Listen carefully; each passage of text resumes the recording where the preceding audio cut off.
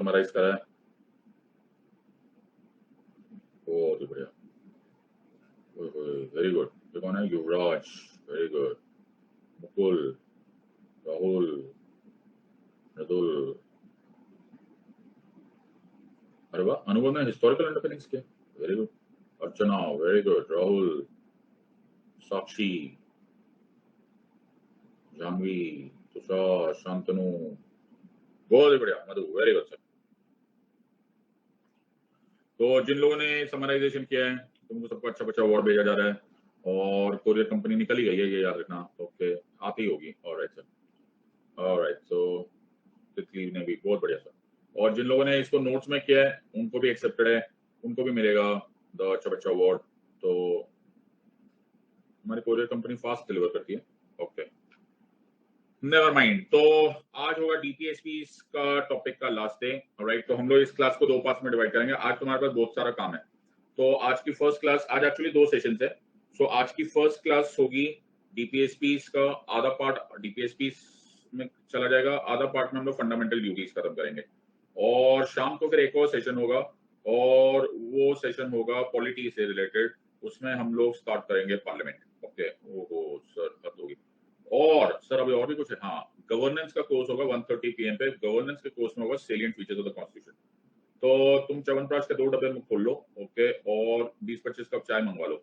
Okay sir, तो sir आज तो ज्यादा ही होगा। ओके, और ऐसे ही होगा कल भी हम लोग इसी तरह के 3 सेशंस करेंगे, एंड इन अदर वर्ड्स तुम लोग एंजॉय करो। ऑलराइट, सो जो लोग फर्स्ट डे हमारी क्लास में आए हैं, खासकर उनके लिए, please watch previous class videos at least 3 times each, especially if you're joining in the middle of the course.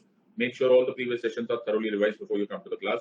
Read NCERT books, class 6 to 12, continue reading Lakshmikant. Read newspapers, The Hindu or Indian Express every day. There will be regular doubt sessions to address your queries. And both zaruri, maintain decorum and discipline in the class. Any disturbing, foul, personal or political comments will not be tolerated. You shall be blocked for this action. Make running notes. No PDF will be shared unless deemed really necessary. Being late will be very bad for your understanding. और मैं हिंदी में भी पढ़ाऊंगा और English में भी पढ़ाऊंगा, तो कृपया करके किसी एक लैंग्वेज के ऊपर इंसिस्ट मत करना। So very very important that you join my Telegram channel and Unacademy app को देखते रहो। This is the division of our courses. Polity में होगा हिस्टोरिकल अंडरपिनिंग जो हम लोग कर चुके हैं sir, very good sir. Union and territory जो हम कर चुके हैं, प्रियम्बल जो हम कर चुके हैं, सिटीजनशिप जो हम कर चुके हैं, फंडामेंटल राइट्स जो हम कर चुके हैं, डीपीएसपी जो हम खत्म करने वाले हैं। फंडामेंटल ड्यूटीज आज खत्म हो जाएगा, यूनियन लेजिस्लेचर स्टार्ट हो जाएगा। ओके, यहाँ पर होगा गवर्नेंस में रिजर्वेशन पॉलिसी एंड प्रोविजंस हम लोग कर चुके हैं, और कुछ हद तक के कमीशंस भी हम यहाँ पर खत्म कर चुके हैं। कल हमने कर लिया national commission for scheduled caste, scheduled tribes and backward classes.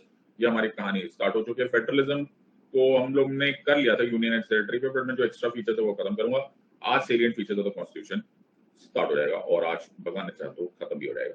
Everyone is clear with this or not? सबको समझ में आया? तो तुम पहुंच चुके हो काफी एडवांस लेवल पे, yes or no? और जो लोग मुझसे टेलीग्राम पे कनेक्ट करना चाहते हैं तो tinyurl.com/siddharthpolity तो तुम ब्राउजर पे डाल सकते हो, और अगर तुम्हें ब्राउजर पे नहीं डालना, मेरी तरह टेक सेवी हो, तो तुम अपने 45 मेगापिक्सल का कैमरा यूज करो, इस कोड को स्कैन करो, तो भी तुम मेरे टेलीग्राम चैनल पे पहुंच जाओगे। तो वैसे टेलीग्राम चैनल दिखाई देगा, तो उसको तुम ज्वाइन कर लो, तुमको पता चल जाएगा कि कौन सा चैनल है, इसमें कुछ 25-26,000 लोग हैं, तो तुम्हें पता चल जाएगा। जो कुछ भी मैंने इन्फॉर्मेशन शेयर करनी है वो मैं इसी चैनल पे करूंगा, कृपा करके इस पर कनेक्ट करिए। और ऑब्वियसली अनअकैडमी ऐप को तो तुमने डाउनलोड करना ही है। Everyone is clear with this और नॉट? कल हम लोगों ने खत्म किया था आर्टिकल 44 ऑफ द कॉन्स्टिट्यूशन, और आर्टिकल 44 में हमने यूनिफॉर्म सिविल कोड खत्म किया था। हमने बहुत डिटेल में इसको सब कुछ पढ़ा था, और देयर आर वेरियस सॉरी मैं अभी धीरे जाता, heavy topic. So there are various features in Uniform Civil Code. Please एक बात याद रखना, Uniform Civil Code पे कभी भी figurative yes or no answer मत देना। कोई भी इशू जो पॉलिटी और गवर्नेंस से रिलेटेड है, कोई भी इशू जो पॉलिटी और गवर्नेंस से रिलेटेड है, वो टॉपिक में दोनों साइड का पॉइंट बोलना बड़ा जरूरी होता है। बिकॉज जैसे मैंने तुम्हें बोला, यूनिफॉर्म सिविल कोड पढ़ने में ऐसा लगता है कि सर ये तो होना ही चाहिए, लेकिन दोनों साइड के व्यू पॉइंट्स हमें मालूम होना चाहिए। लॉयर्स या फिर जजेस या फिर कोर्ट्स का व्यू कुछ और है। कोर्ट्स को लगता है कि यूनिफॉर्म सिविल कोड होना चाहिए। क्यों होना चाहिए? इससे कंफ्यूजन नहीं होती। क्यों कंफ्यूजन नहीं होती सर? कंफ्यूजन इसलिए नहीं होती क्योंकि लॉ क्लियर हो जाता है। I hope everyone is understanding this part. Yes sir, तो लॉ क्लियर हो जाता है, हमको इजी होता है। Law has to be written in clear, ये हमारा रूल्स है। जो गवर्नमेंट्स है, जो रिलीजियस ग्रुप्स है, उनको लगता है ऐसा यूनिफॉर्मिटी एक्चुअली प्लूरलिटी के खिलाफ है। हमारे यहाँ पर वही बड़ी फेमस लाइन है ना, we have unity in diversity. तो ये unity in diversity is a very important part. इस पॉइंट पे मैं एक लाइन बताना चाहता हूँ जो तुमको समझ में आ जानी चाहिए, राइट? और वो ये लाइन है कि ये ग्रे एरिया है, राइट? तो ये याद रखना कि जब हम लोग आर्टिकल 13 की बातें करते हैं, जब हम आर्टिकल 13 की बातें करते हैं, बड़े ध्यान से सुनना ये वाली बात, जब हम आर्टिकल 13 की बात करते हैं हम बोलते हैं any order, any legislation, any action which violates, abridges, contravenes anything in part 3 of the constitution is not law। अब मैं जैसा बोल रहा हूं उसको एक ही बार में रख लेना, ठीक है? Personal loss are not covered under article 13। Are you understanding this part? So for the most important thing, हम लोग पर्सनल लॉस को इस तरह से रिव्यू नहीं करते जिस तरह से हम ऑर्डिनरी लॉस को करते हैं। सो ये हमारे यहाँ पर एक बड़ी मेजर सिचुएशन है कि हमने पर्सनल लॉस को कुछ हद तक रिलीजियस लॉस मानकर कर लिया है, एंड दैट इज व्हाई ये एक मेजर हेडेक हो गया है, and that is why there is an importance of uniform civil code. तो तुमको अभी तुमने से किसी ने ये बात पूछी नहीं थी मुझसे, तो मैं सोचा मैं आगे बता देता हूँ कि सर जब आप बोल रहे थे यूनिफॉर्म सिविल कोड बनाओ, यूनिफॉर्म सिविल कोड बनाओ, यूनिफॉर्म सिविल कोड बनाओ, तो पर्सनल लॉस तो पहले से ही है, तो ये यूनिफॉर्म सिविल कोड क्यों जरूरी हो जाएगा? तो personal laws as a whole are not to be scrutinized by the judiciary। लेकिन अगर ये personal laws uniform civil code में कन्वर्ट हो गया या फिर चेंज हो गया तो automatically it will come under judicial scrutiny, तो ये इजी हो जाएगा। आर यू अंडरस्टैंडिंग दिस और नॉट? तो यही हम लोग जब पढ़ेंगे, ओके, जब हम जुडिशरी में जाएंगे, जब हम ट्रिपल तलाक केस देखेंगे, शायरा बानो केस देखेंगे, तो उसमें समझ में आएगा कि यही मेजर आर्गुमेंट उठी थी कि personal laws can not be brought under judicial scrutiny. Are you understanding this और नॉट? सबको समझ में आ रहा है या नहीं समझ में? बाबा समझ लो कि नहीं समझ लो, चले तो नहीं गए तुम लोग? हाँ सर, ओके सर, सुबह सुबह सर इतना टफ पॉइंट बता दिया। अब हम करेंगे article 45। Okay sir, ready? Okay, तो अब तुम्हें ये बात का यकीन हो गया होगा कि मेरा इरादा तुम्हारा कोर्स खत्म करना नहीं, मेरा इरादा तुमको टॉप कराना ही है, उससे पहले छोड़ने का नहीं है तुमको, ओके? वरना ये सब बातें मुझे मेरे मन में आएंगी नहीं और मेरे को ऐसा चुभेगी नहीं कि भाई तुम्हें ये भी बता देना चाहिए, तुम्हें ये भी बता देना चाहिए, तुम्हें ये भी बता देना चाहिए। अब मेरा इरादा तुमको टॉप कराना है, तुम्हारा इरादा क्या है भाई? Alright, so next is article 45। Article 45 says provision for free and compulsory education for children. Now sir हमको है ना ये बड़ा ही टेंशन वाली लाइन लगती है, क्यों? देखो देखो देखो देखो देखो, क्या देखना है सर? अरे देखो ना प्लीज, हाँ देखो क्या हो गया, यहाँ पे क्या था सर? ये है article 41, right to work, right to education. हाँ सर, राइट टू एजुकेशन, हाँ सर। और अभी क्या पढ़ा रहे हो सर आप? अभी मैं पढ़ा रहा हूँ आर्टिकल 45, और आर्टिकल 45 में आपने क्या लिखा सर? फिर से education. Are you understanding? Sir आपने एक ही टॉपिक के लिए दो आर्टिकल्स लिख डाले। नहीं बच्चे, अब बिल्कुल ध्यान से सुनना, जो मैं तुम्हें एक सुंदर सा डायग्राम बना के सुनाऊंगा। अच्छा सर, डायग्राम भी देखना पड़ेगा? हाँ मेरा बच्चा, डायग्राम बहुत स्मार्ट डायग्राम। ओके, सो एक साइड पे है हमारा आर्टिकल 41, यस सर, एक साइड पे है हमारा आर्टिकल 41। सब लोगों को समझ में आ रहा है? Yes sir. यहाँ पर जो वर्ड लिखा हुआ है वहां लिखा हुआ है केवल एजुकेशन। हाँ सर, हाँ तो राइट टू एजुकेशन। फिर लिखा हुआ है इधर आर्टिकल 45, ध्यान से सुनो। हाँ सर, आर्टिकल 45 में पहली बात तो लिखा हुआ है एजुकेशन फॉर चिल्ड्रन। हाँ सर, ये हमको एहसास हुआ, हमको रियलाइज हुआ सर इसमें थोड़ा सा डिफरेंस है, लेकिन जो सबसे इंपॉर्टेंट बात यह है कि आर्टिकल 41 में ये नहीं लिखा हुआ। क्या नहीं लिखा हुआ? क्या नहीं लिखा हुआ? कोई टाइम पीरियड नहीं लिखा हुआ। हाँ सर, कोई टाइम पीरियड नहीं लिखा कि कितने टाइम में राइट टू एजुकेशन देना है। मेरी बात समझ में आ रही है या नहीं समझ में आ रही? सर टाइम पीरियड देना भी नहीं होता सर, डीपीएसपीस में टाइम पीरियड नहीं देना होता है ना? हाँ, लेकिन ये थोड़ा डिफरेंट है। क्यों? क्योंकि इसमें लिखा हुआ है that the state shall strive to provide education for children within 10 years from the commencement of the constitution। मैंने क्या बोला?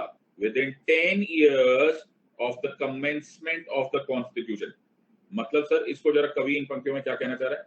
10 years from the commencement of the constitution of India, मतलब 1950 में तुम्हारा कमेंसमेंट हुआ, 1960 तक तुम right to education for children provide करो। बात समझ में आई या नहीं समझ आई? Are you understanding? सर ये पहला ऐसा आर्टिकल है जो टाइम पीरियड बता रहा है, with in a period of 10 years from the commencement of this constitution. सबको समझ में आ रहा है या नहीं आ रहा है? सर ये कुछ अजीब सा है। अच्छा एक और बात है सर, टाइम पीरियड नहीं देना होता डीपीएसपी में। भविष्य किसने देखा है सर? भविष्य कोई नहीं देखता। नहीं बेटा, इसमें फिर भी टाइम पीरियड दिया हुआ है। अच्छा सर, ये अवेलेबिलिटी पे डिपेंडेंट है। अवेलेबिलिटी डीपीएसपी ना भविष्य में अवेलेबिलिटी पर डिपेंडेंट है।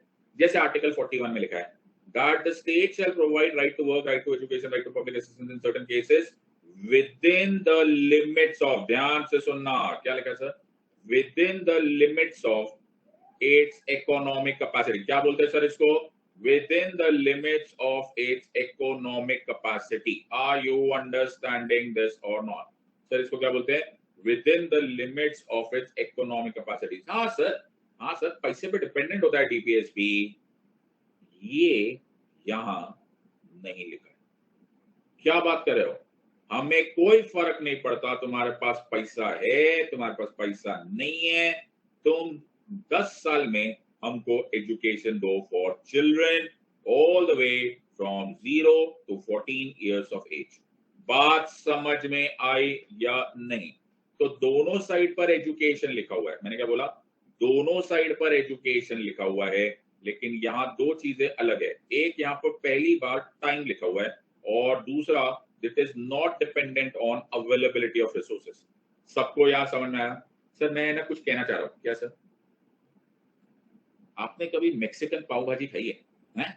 मैक्सिकन पाव भाजी खाई है? बहुत टेस्टी होती है मैक्सिकन पाव भाजी। हाँ सर, मैक्सिकन पाव भाजी में थोड़े फीचर्स मैक्सिको के होते हैं, मैक्सिकन फूड के, और थोड़े ना मुंबई या पाव भाजी के होते हैं सर मिक्स। मैं रंग शरबतों का, तू मीठे घाट का पानी, तो जब मिल जाए ना तो ऐसे ही होता है। अब ध्यान से सुनना बेटा, तुमने ऐसे पॉलिटिक्स शायद ही कभी पढ़ी होगी।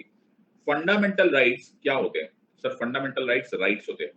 हाँ, जो ये राइट्स होते हैं, ये जो फंडामेंटल राइट्स होते हैं, ये राइट्स होते हैं, ओके। इनका अवेलेबिलिटी से कोई लेना देना नहीं है। हाँ, इनका अवेलेबिलिटी से कोई लेना देना नहीं है। हाँ सर, इनका अवेलेबिलिटी से कोई लेना देना नहीं है। ये केवल इंटेंशन पर बेस्ड है। सबको समझ में आ रहा है या नहीं आ रहा है? हाँ सर, डीपीएसपी जो होते हैं ना सर, वो अवेलेबिलिटी पर बेस्ड है। उनके ऊपर अवेलेबिलिटी की जरूरत होती है। ये पहला ऐसा डीपीएसपी दिख रहा है सर जो कि अवेलेबिलिटी पे डिपेंडेंट नहीं है। आर यू अंडरस्टैंडिंग दिस और नॉट? सबको? अरे हाँ सर, ये डीपीएसपी में थोड़ा सा रंग फंडामेंटल राइट का है। Yes or no? हाँ सर हाँ। तो ये कैसे हो गया sir? Not try understand. DPSP जो होते हैं ना सर, वो फ्यूचर के लिए छोड़ दिए जाते हैं। किसी को पता नहीं होता वो फ्यूचर में कब होगा। ये पहला ऐसा डीपीएसपी है जिसको अर्जेंट बोला गया है। कैसे सर? अर्जेंट क्यों है? कि 10 साल में करके दिखाओ ये। आर यू अंडरस्टैंडिंग दिस और नॉट? सर ये फंडामेंटल राइट्स थे ना, ये भी अर्जेंट है, इसीलिए उसी दिन दे दिए गए थे। तो ये ऐसा पहला डीपीएसपी है जिसमें फीचर्स ऑफ फंडामेंटल राइट्स दिख रहे। आर यू अंडरस्टैंडिंग दिस और नॉट? लग रहा है कि नहीं लग रहा? हाँ सर, ये अलग सी बात है। सर हमको एक चीज और समझ में आई। क्या सर? आपने बोला था आर्टिकल 21 लाइफ वर्ड यूज करता है। लाइफ वर्ड यूज करता है living with choice and dignity. हाँ, fundamental right choice and dignity देते हैं सर, हमने पढ़ा हुआ है, ये है ना, पढ़ा हुआ है ना। हाँ हाँ, तो वैसे ही सर आर्टिकल 45 भी एजुकेशन देता है। एजुकेशन भी है ना सर, एक इंसान को चॉइस देता है, एक इंसान को डिग्निटी देता है। आर यू अंडरस्टैंडिंग दिस और नॉट? सबको समझ में आ रहा है या नहीं आ रहा है? सो बाबा साहेब को मालूम था कि अभी तो हम एजुकेशन नहीं दे सकते, लेकिन ये अर्जेंट होना चाहिए। आर यू अंडरस्टैंडिंग दिस और नॉट? तो उन्होंने इस डीपीएसपी में थोड़े बहुत फीचर्स फंडामेंटल राइट्स वगैरह ले। सर ये डीपीएसपी है, लेकिन ये लग रहा है फंडामेंटल राइट्स की तरह। आर यू अंडरस्टैंडिंग दिस और नॉट? किसी को नहीं भी समझ में आया अभी? हाँ सर, नहीं सबको समझ। अभी भी अगर किसी को नहीं समझ में आया, कोई चिंता नहीं। संडे को बैक टू बैक एपिसोड्स आते हैं छोटा भीम के, पोगो बैर। अच्छा, छोटा भीम, छोटा भीम, छोटा भीम, भीम भीम, छोटा भीम, एक के बाद एक एपिसोड आते हैं, सारे देखना। ओके सर, ऑलराइट सर, ठीक है सर। तो ये सर थोड़ी मजबूरी थी। मजबूरी हालात यहाँ भी है और वहां भी। क्या हो गया सर? थोड़ी मजबूरी थी कि राइट अराउंड 1950 हम शायद एजुकेशन ना प्रोवाइड कर पाते, बट बाबा साहेब को ये बात मालूम थी कि ये अर्जेंट है। बाबा साहब को मालूम था ये अवेलेबिलिटी पर डिपेंडेंट नहीं छोड़ सकता मैं, ये सही मायनों में जरूरी है। सो उन्होंने इस फंडामेंटल राइट को के फीचर्स डीपीएसपी में डाल दिए। चलो मतलब जल्दी जल्दी जल्दी जल्दी जल्दी जल्दी जल्दी जल्दी जल्दी जल्दी एजुकेशन प्रोवाइड करो। सर कुछ भी बोल रहे हो यार। 1950 से 1960 हुए, ओके, 1960 से 1970 हो गया, 1970 हो गया, 1980 हो गया, क्या हो गया? जो वादा किया वो निभाना पड़ेगा। कुछ नहीं हुआ यार, तेरे वादे पे जिए जाना तो ये झूठ जाना, अगर खुशी से मर ही ना जाते, अगर एतबार होता। कुछ नहीं हुआ सर, मतलब कोई नहीं हुआ, वादे भूल गए सर। कोर्ट चलते, कोर्ट कोर्ट क्यों चलोगे? क्यों? डीपीएसपी है ना, नॉन जस्टिसिएबल है। अरे सर ये तो अजीब लोग हैं, अब हम क्या करें? तो ऐसे टाइम पर आता है the custodian of the constitution of India, और वो custodian of the constitution of India the honourable supreme court को गुस्सा आया। So the case was Mohini Jain was the state of Karnataka in 1992। जब सुप्रीम कोर्ट ने इस चीज को ऑब्जर्व किया कि माना कि ये नॉन जस्टिसिएबल है, लेकिन जो वादा किया वो निभाना पड़ेगा। आर यू अंडरस्टैंडिंग दिस और not? So Mohini Jain versus union of India case में, Mohini Jain versus state of Karnataka case में सुप्रीम कोर्ट ने इस बात को ऑब्जर्व किया कि ये हद ही हो गई है यार, ये हद ही हो गई, तुम लोग 40 साल से भूल गए हो। So just watch the observations और read the observations rather of this entire thing, just one second. Okay, so let us just read the observation. The right to education, therefore, ध्यान से सुनना, is concomitant to the fundamental rights. ध्यान से सुनना, right to education is very close to that of fundamental rights enshrined under Part 3 of the Constitution. The state is under a constitutional mandate to provide educational institutions at all for benefit of the citizens. The educational institutions must work for the best advantage. तो 40 साल गुजर गए, are you understanding? और supreme court ने वो किया जो state के होश उड़ा गए। In the absence of N express constitutional right, the court interpreted a right to education as a necessary condition for the fulfillment of right under Article 21. तो सुप्रीम कोर्ट ने एक अलग ही ऑब्जर्वेशन कर डाली Mohini Jain versus state of Karnataka in 1992 कि ये जो तुम्हारा आर्टिकल 45 है ना, इसको तुम डीपीएसपी की तरह मत समझो। अब हम डिक्लेयर कर रहे हैं कि राइट टू एजुकेशन एक फंडामेंटल राइट की तरह ही ट्रीट किया जाना चाहिए। सर होश उड़ गए होंगे, होश उड़ गए सर, स्टेट के होश उड़ गए। सुप्रीम कोर्ट ने उनको याद दिलाया कि 42 साल हो गए भाई लोग, 42 इयर्स हो गए, तुम्हारा डिले हो गया, तुमने वादा किया नहीं, अब हम इसको डिक्लेयर कर रहे हैं कि ये फंडामेंटल राइट है, फिर तुम देख लेना कैसे लड़ोगे। तो पूरा का पूरा स्टेट का सिस्टम हिल गया कि भैया अभी तक हम तैयार ही नहीं है। सुप्रीम कोर्ट की इसी ऑब्जर्वेशन को हाउएवर नेक्स्ट केस उन्नी Krishnan, JP Unni Krishnan versus state of Andhra Pradesh 1993 में थोड़ा सा मॉडिफाई किया गया और स्टेट को थोड़ा सा मौका मिला। So everyone pay attention for this part. Articles 21, 41 and 45 right to education whether a fundamental right, इस पॉइंट पर सवाल उठना स्टार्ट हो गया that it is very very important कि ये अलग तरीके का फंडामेंटल राइट डीपीएसपी था। तुम नोटिस करो इस केस में मोहिनी जैन केस की बात हो रही है। In Mohini Jain case this court had held that every citizen has a right to education under the constitution. The state was under an obligation to establish, obligation to enable the citizens to enjoy the said right. The state may discharge its application and it is very very important कि state ये जो वादा किया है वो निभाना पड़ेगा, ये पूरा करे। जब सुप्रीम कोर्ट से डांट पड़ती है ना, अचानक स्टेट जाग जाता है और वही हुआ।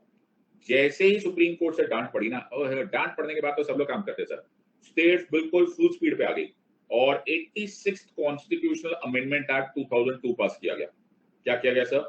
86th कॉन्स्टिट्यूशनल अमेंडमेंट एक्ट 2002 किया गया और इसमें पहली बार motivated from article 45, motivated from article 45 हमने पास किया आर्टिकल 21A, यानी कि डीपीएसपी की कन्वर्जन कर दी into fundamental rights. Are you understanding this और नॉट? सबको समझ में आ रहा है या नहीं? और article 21A 86 constitution amendment act 2002 में आया and it said the following, the state shell provide free and compulsory education to all children between 6 to 14 years of age. बल्ले बल्ले सर, वादा पूरा हुआ सर, वादा पूरा हुआ. Are you understanding this or not? तो आर्टिकल 45 से डिराइव करके और आर्टिकल 45 से डिराइव करके हमने फंडामेंटल राइट बनाया article 21A. Are you understanding this or not? सबको समझ में आया या नहीं समझ? अरे बाबा समझ लो कि नहीं समझ लो, सब समझ लो. Everyone has understood this or not? सबको समझ में आया या नहीं?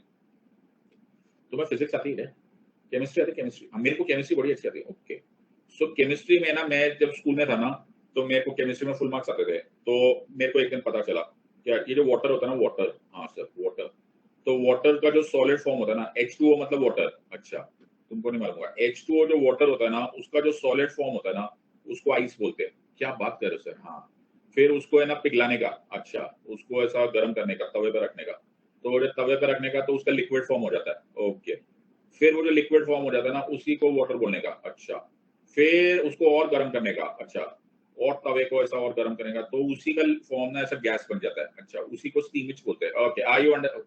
कितना केमिस्ट्री आता है तुम लोग? केमिस्ट्री ऑप्शन तो नहीं ले रहे हो?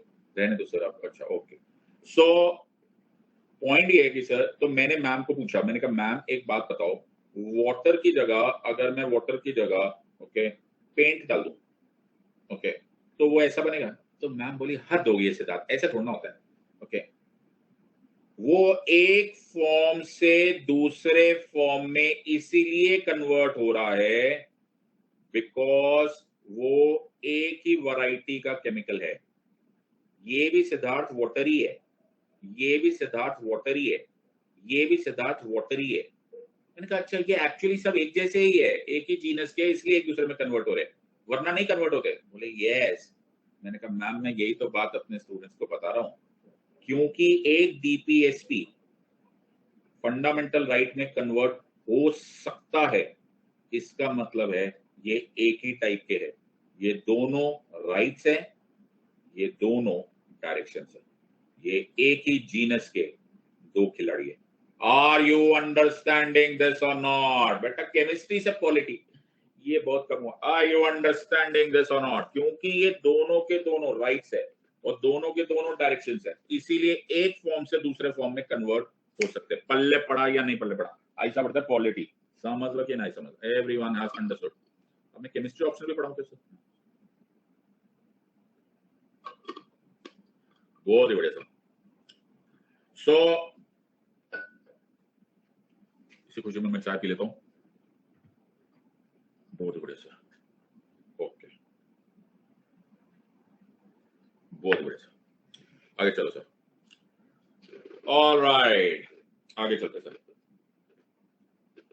ऑलराइट, मैं सुबह से धरने पे बैठा था, चाय तो मिलनी थी, हत्ती हो गई है. Okay, very good sir. Okay, अब यहाँ पर सिचुएशन है. अब मोस्ट पीपल रियलाइज कि 45 आर्टिकल 45 से डिराइव होकर आर्टिकल 21 आ गया. इसमें कोई डाउट नहीं है सर, इसमें कोई प्रॉब्लम नहीं है. अपन तो 45 से 21 हो गया, यस और नो? हाँ सर, ये हमको मालूम पड़ गया. लेकिन प्रॉब्लम कुछ और हो गई. ज्यादातर लोगों को ये नहीं मालूम है कि आर्टिकल, इसी अमेंडमेंट से आर्टिकल 45 भी चेंज किया गया. क्या बात कर रहे हो सर, ये तो हमें पता ही नहीं. तो आर्टिकल 45 क्या था? आर्टिकल 45 था, कहां गया यार आर्टिकल? हाँ, आर्टिकल 45 था free and compulsory education for all children until they complete age of 14 years. अब ये नहीं रहा ऐसा. क्या बात कर रहे हो ना? ये आर्टिकल 45 अब ये नहीं रहा. क्या रहा सर? इसमें अब बोल दिया state shall endeavour to provide, ये तो हो गया सर, अर्ली चाइल्डहुड केयर. क्या वर्ड बन गया सर? Early childhood care. क्या बन गया सर? अरे early childhood care. Okay, early childhood care for children between 0 to 6 years of age. कुठे गेला? गया. कहां गया sir? The state shall endeavor to provide early childhood care and education for children until they complete the age of 6 years.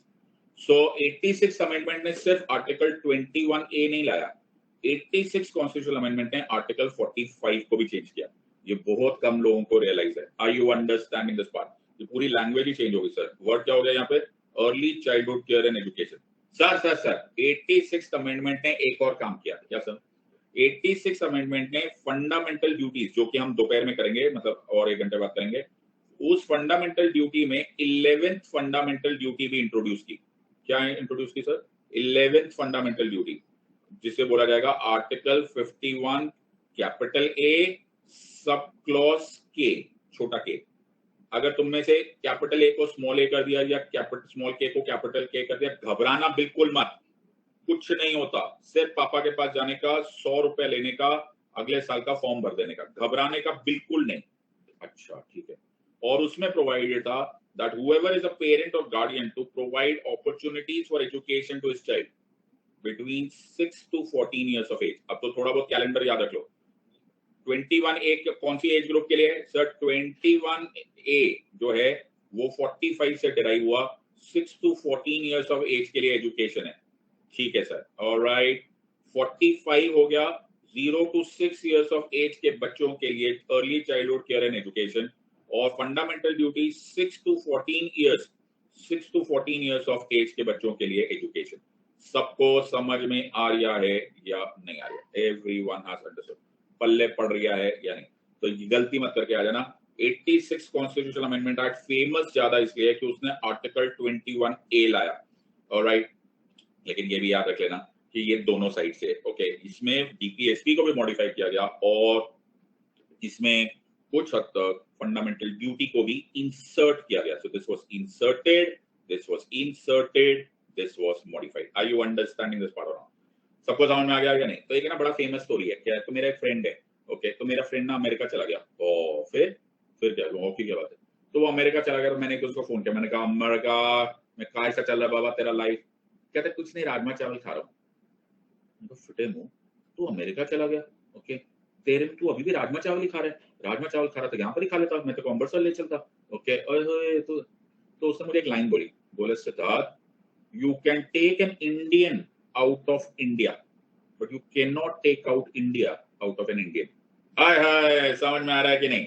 तो हम कहीं भी जाएंगे हम देसी रहेंगे। Are you understanding? तो बेटा हम दिल्ली में रहे, अमृतसर रहे, ह्यूस्टन रहे, मॉस्को रहे, सिडनी रहे, राजमा चावल हम खा के रहेंगे। तो ऐसे ही एक दिन मेरे को आर्टिकल 45 ने फोन किया। आर्टिकल 45 भी आपको फोन करता है? बोले यस। बोले Siddharth, you can take me out of DPSP but you can not take DPSP out of me. मैंने कहा मतलब?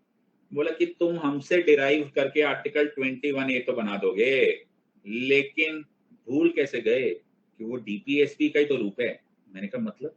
बोला कि माना कि अवेलेबिलिटी पे डिपेंडेंट नहीं है, माना कि वो अर्जेंट है, माना कि वो चॉइस एंड डिग्निटी देता है, बट वो है तो डीपीएसपी ना। मैंने कहा मतलब? It can be enforced only by passing laws. बात समझ में आई या नहीं? You can take an Indian out of India but you can not take out India out of Indian. Are you understanding? तो ये आर्टिकल 21A है तो फंडामेंटल राइट, लेकिन ये काम वैसा ही करेगा जैसा डीपीएसपी करता है। Are you understanding? मतलब ये ऑटोमेटिकली नहीं चलेगा, इसके लिए लॉ बनाना पड़ेगा, और उस लॉ का नाम था the right to education act of 2009। पल्ले पड़ा या नहीं? इसको कहते हैं technical mathematical polity. Are you understanding this और नॉट? बहुत बढ़िया। So right to education act 2008 pass हुआ, 2009 पास हुआ, और राइट टू एजुकेशन 2009 में आ गया। ओके, सबको समझ में आ गया या नहीं? सो it is very very important.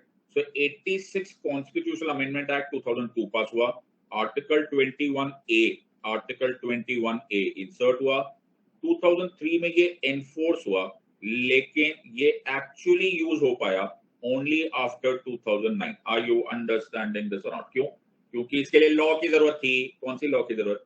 Sir, right to education act of 2009। सबको समझ में आया? तो ये डीपीएसपी फंडामेंटल राइट बन गया, लेकिन इसमें डीपीएसपी के फीचर्स रह गए। Are you understanding? सो आजकल ये बहुत सारे ऐसे डिस्कशन आ रहे हैं, you can not force right to education unconditionally on private schools. तो अगर तुम्हें कभी पढ़ने का मिलेगा तो तुम इसको पढ़ लेना, लेकिन पता नहीं तुम इतना पढ़ पाओगे कि नहीं, लेकिन थोड़े बहुत ऑब्जर्वेशन आ ही जाएगा। So Right to Education Act was enacted in 2009 to provide for free and compulsory children to all children between 6 to 14 years of age. Are you understanding this part? Right to Education Act, बेटा ये बहुत ही interesting बात होगी। Right to Education Act guarantees the right to education. ओए होए, पहली बार ऐसा law सुनने में आ रहा है जो गारंटी कर रहा है राइट टू एजुकेशन। तो सर ये हो गया मैक्सिकन पाव भाजी। क्यों? ये है लॉ जो कि डीपीएसपी से डिराइव होता है और ये है फंडामेंटल राइट के कैरेक्टरिस्टिक। तो इसमें डीपीएसपी और फंडामेंटल राइट्स मिल गए हैं। मैं रंग शरबतों का तुम समझ में आ रहा है या नहीं आ रहा है? Everyone has understood this. ऐसा करते हैं पॉलिटिक्स, सबको समझ में आ रहा है या नहीं? Everyone has got this. तो आई होप सबको समझ में आ गया कि पढ़ना कैसे होता है। Yes or no. सो अभी हमारी क्लास में कुछ लोग ऐसे बीच बीच में क्वेश्चन पूछ लेते हैं, sir right to education act कौन से साल में आया? तो ये क्वेश्चन गलत नहीं है, लेकिन इस क्वेश्चन से रियलाइज होता है कि तुम्हारे साथ क्या अत्याचार होता है। यस, कि तुमको पढ़ाया कैसे जाता है। यही बता दिया किसी स्टूडेंट को कि कौन से साल में हो गया, यही लिमिट होती है पढ़ाने की। ओके, जबकि ये बेसिक चीज है, इसको कुछ बहुत मेहनत करने की जरूरत नहीं होती। सब्जेक्ट समझने की कोई और समझाने की कोई कोशिश ही नहीं करता, वो सिर्फ इसी में खुश रह जाते हैं। ईयर याद कर लो भैया, आज हमने तुमको पढ़ाया है 2009, पढ़ के जाओ, आज का हो गई क्लास, घर जाओ और आईएएस ऑफिसर बन जाओ। वो बेचारा फॉर्म ही भरता रह जाता है। Are you understand this part?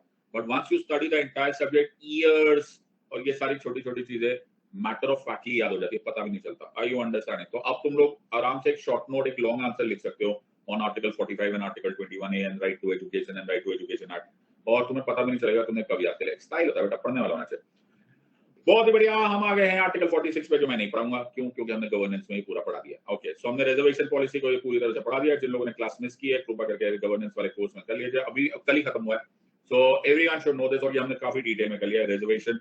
तो ये हमने एब्सोल्युटली कर लिया। जस्ट फॉर योर नेम सेक, हमें मालूम है promotion of educational and economic interest of scheduled caste, scheduled tribes and other weaker sections, ये हम लोगों ने क्लियरली कर लिया है। सो जिन लोगों ने क्लास अटेंड किया, तुम्हें मालूम है हम लोगों ने 6 घंटा इसको रिजर्वेशन को पढ़ा है। So everyone make sure that you revise this part. Everyone मेरे प्रोफाइल पर जाओ और सारे के सारे वीडियोस को खा जाओ। सर वीडियोस को कौन खाता है सर? खा जाओ, मेरी बात मान जाओ।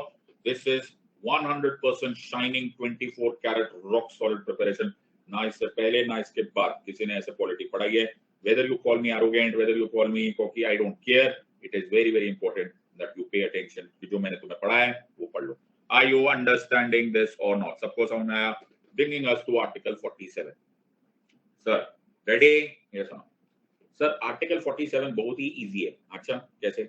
मैं आपको बताता हूँ सर। देखो सब लोग ध्यान से देखोगे। ओके, तो हम पहले पढ़ेंगे आर्टिकल 47। ओके, उड़ गया। इसमें दो बड़े इंपॉर्टेंट एलिमेंट्स है। ओके, इसमें दो बड़े इंपॉर्टेंट एलिमेंट्स है। एक है duty of the state to raise the level of nutrition, raise the level of nutrition and standard of living. दो वर्ड्स लिखो, nutrition and standard of living, and to improve public health. पहले keywords पकड़ो, because civil service examination में MCQs इस तरह से आते हैं, वो ऐसे चॉइस देंगे 1 2 3। okay, state is duty bound to raise the level of nutrition, raise public to improve public health, standard of living 1 2 3 1 and 2 2 and 3 1 2 and 3। ये नो ये बड़ी पुराने इनका तरीका है। सबको समझ आ गया? सर ये हमको मालूम है, तो हम लोग mid day meal programme provide करते हैं। यस देखो सर, ये न्यूट्रिशन के लिए। हाँ सर। सर हम टीकाकरण प्रोग्राम बनाते हैं, 2 बूंदे जिंदगी के। हाँ सर। हम मिशन इंद्रधनुष करते हैं। Yes okay. फिर सर हम लोग कोविड के समय हम लोगों ने कोविन एप्लीकेशंस बनाई, हम लोगों ने पूरे दुनिया से सबसे ज्यादा वैक्सीनेशन किया। ये सब क्यों किया सर? वो इसलिए किया बिकॉज ये state is morally bound under article 47। बात सबको समझ में आई या नहीं समझ में? अरे बाबा प्लेन लैंड करता है या नहीं लैंड करता? Are you understanding this point? तुम हो गए, चले गए सर? हम चले गए सर। अच्छा ओके, चले जाओगे तो जाके जाते हुए बताते हुए जाना। ओके, हम जा रहे हैं। ओके,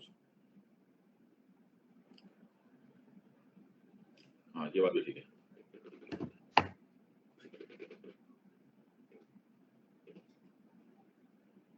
ओके ऑलराइट सर, ठीक है। तो इसमें लेकिन एक इंटरेस्टिंग कंपोनेंट है। ओके सर, ये बहुत ही इंटरेस्टिंग है। सब लोग लाइन पकड़ के रखना, ठीक है? जरा भी सांस भी मत लेना। सर इतनी देर सांस रोको। हाँ ऐसे ही होता है। तो मेरे को स्विमिंग, जब मैं स्विमिंग सीख रहा था ना, तो मेरे को बोला मेरे कोच ने, बेटा सांस रोक के जा।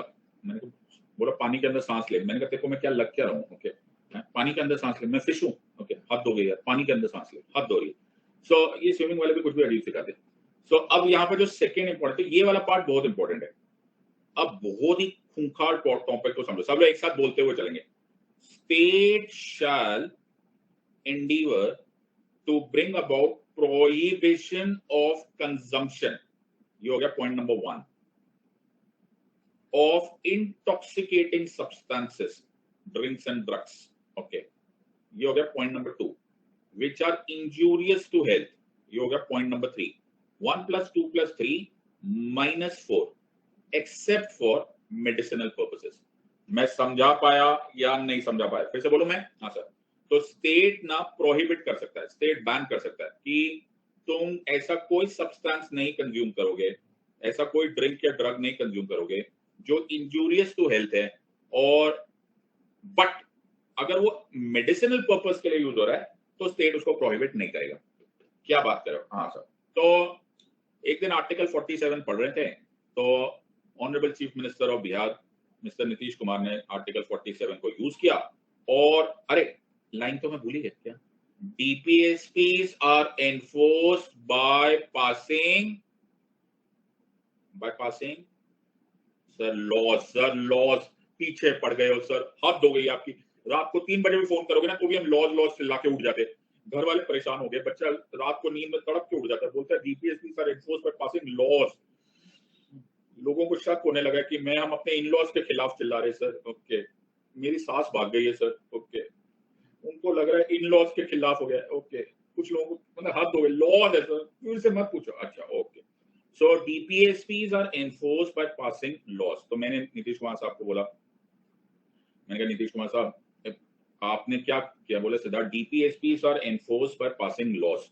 तो मैं क्या कर रहा हूँ, नीतीश कुमार साहब ऑनरेबल चीफ मिनिस्टर, ये 2016 की बात है, तो उन्होंने Bihar excise act, Bihar prohibition and excise act of 2016 को अमेंड कर दिया। किसको कर दिया sir? Bihar prohibition and excise act of 2016। तो मैंने कहा नीतीश कुमार साहब आप क्या करो?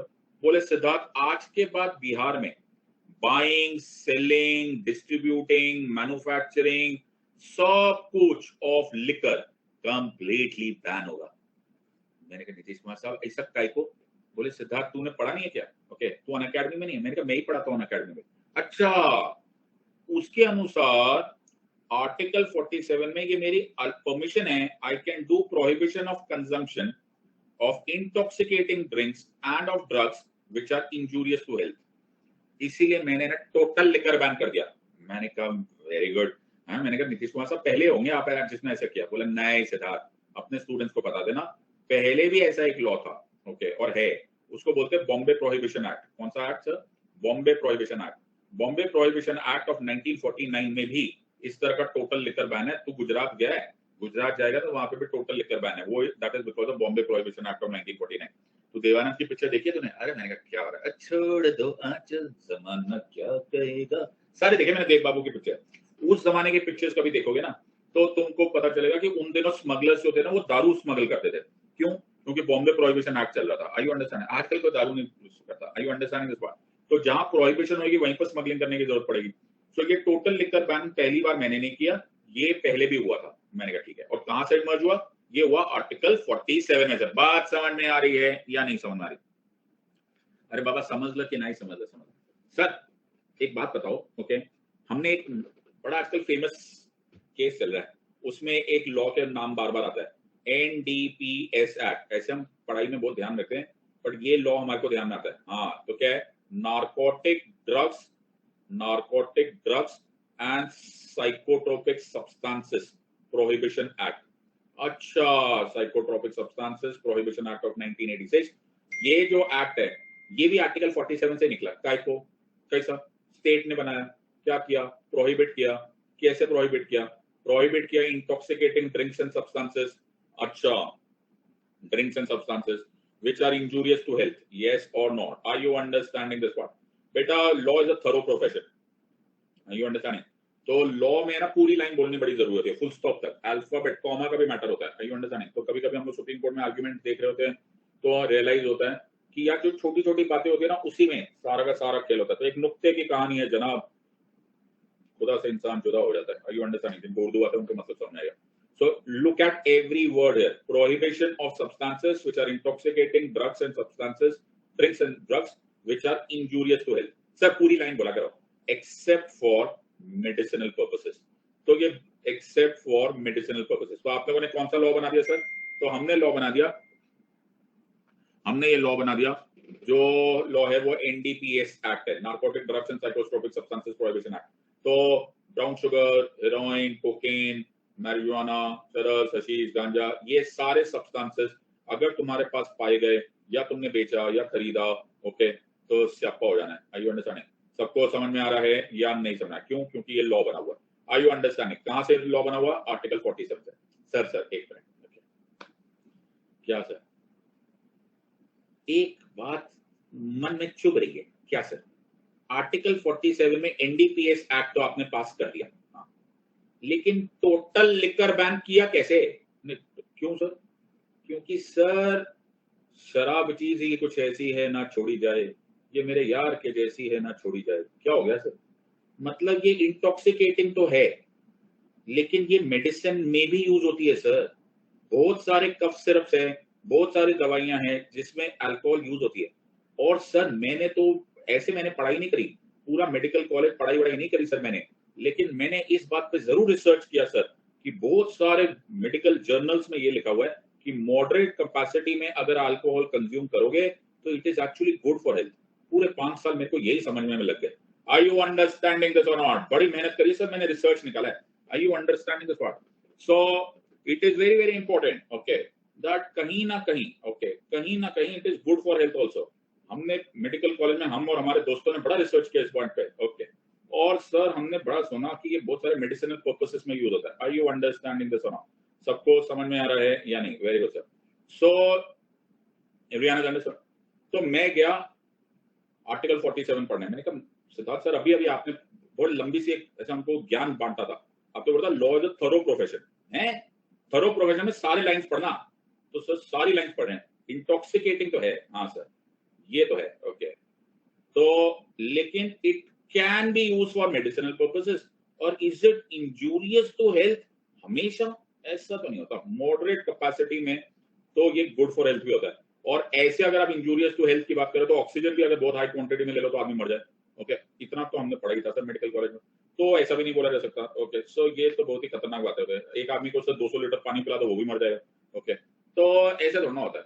तो एक तरह से तो आप जो ये टोटल लिकर बैन कर रहे हो और उसके बाद जो भयंकर काम कर रहे हो वो ये कर रहे हो कि इसको पनिशेबल ऑफेंस बना रहे हो, और वो पनिशेबिलिटी भी बहुत ज्यादा सीवियर है. तो अपने को जम नहीं रहा सर. ये लॉ अनरीजनेबल लग रहा है. तो मेरे से क्या बात कर रहे हो? नहीं आपसे कौन बात कर रहा है. हम सोच रहे हैं इसको चैलेंज कर देते. So the ban done by the Bihar government was challenge first in Patna high court. और पटना हाई कोर्ट में penal provisions of prison sentences, collective fines और entire villages को arbitrary and unconstitutional बोला गया.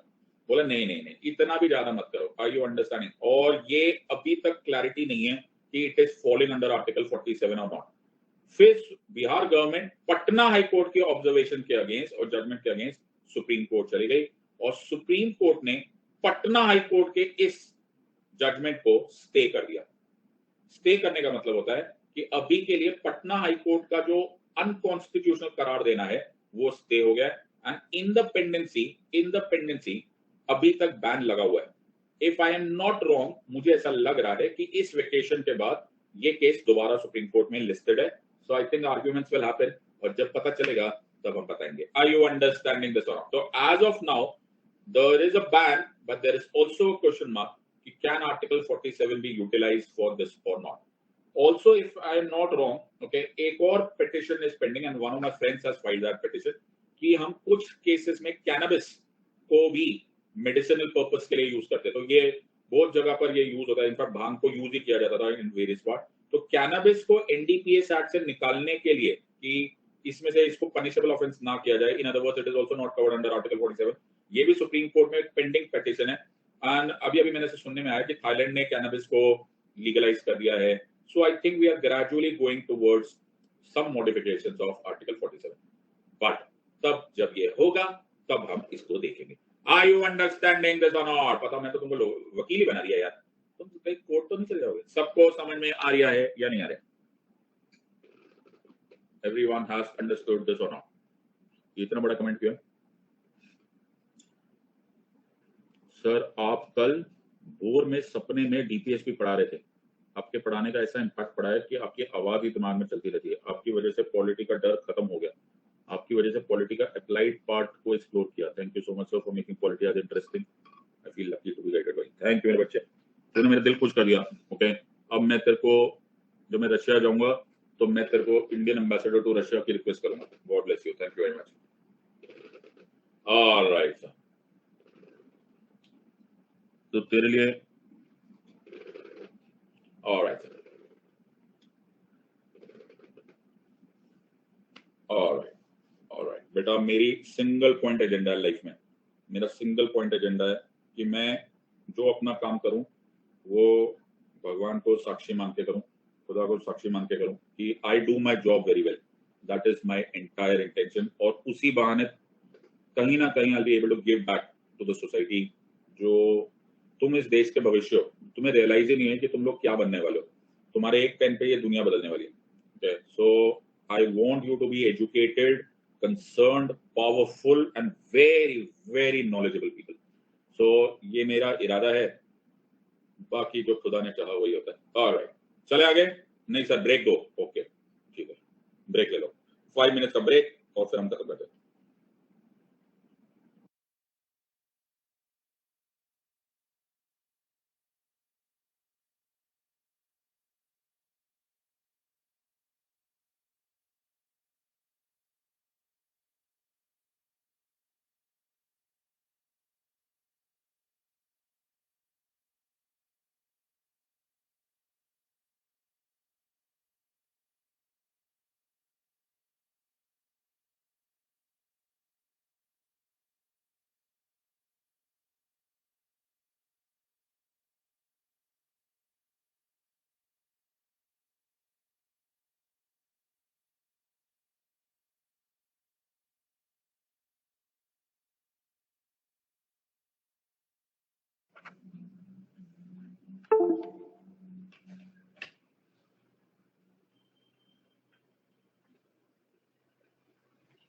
नहीं को फील नहीं लगी।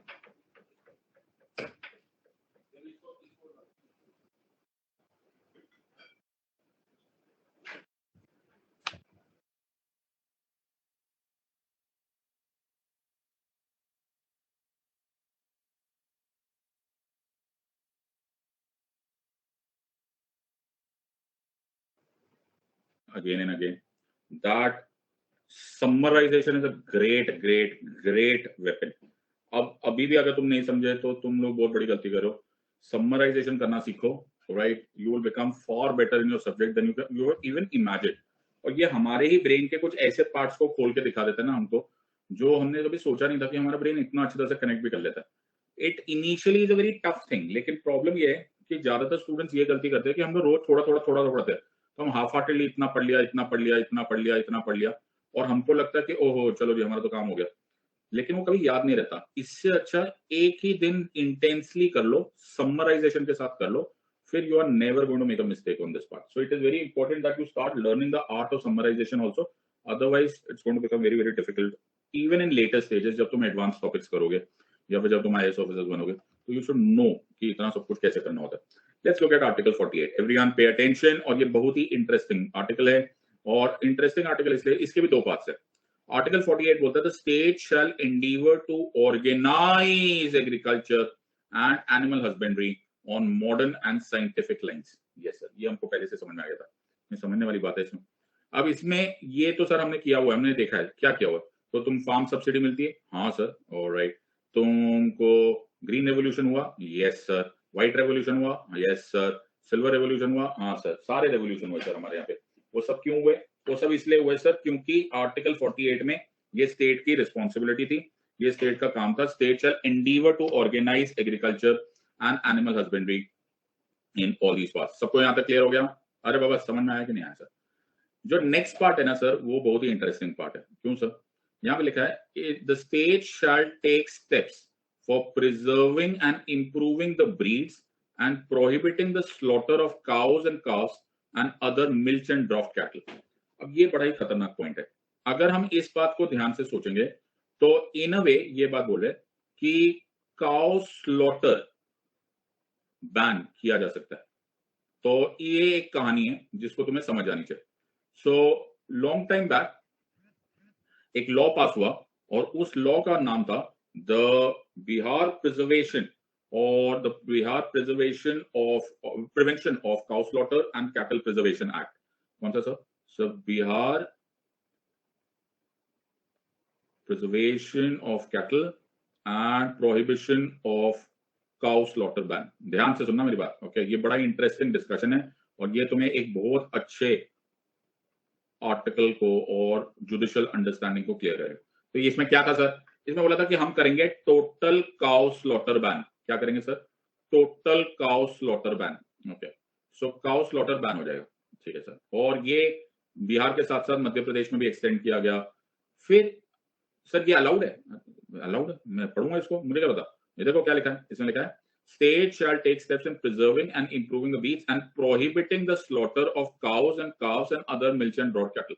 कहाँ लिखा हुआ सर? ये आर्टिकल 48 में लिखा है। तो अगर स्टेट चाहे तो state total cow slaughter ban कर सकते हैं। आर यू अंडरस्टैंडिंग दिस और नॉट? सबको समझ में आ रहा है या नहीं समझ आ रहा है? पल्ले पड़ा या नहीं? अचानक मुझे आवाज आई। क्या? किसकी आवाज आ गई सर? आवाज आ गई मेरे को। आवाज दे कहां? क्या हुआ सर? आवाज आ गई। किसकी आवाज आ गई सर? आवाज आ गई मेरे को कि इस टोटल काउ स्लॉटर बैन को इस बिहार प्रिजर्वेशन, अरे लाइन याद है कि नहीं? कैसे किया sir? Total cow slaughter ban को आपने कैसे किया? बाय पासिंग, सर फिर से मत बोलो सर, अब ना घर वाले निकाल देंगे sir. Okay, by passing laws. Are you understanding?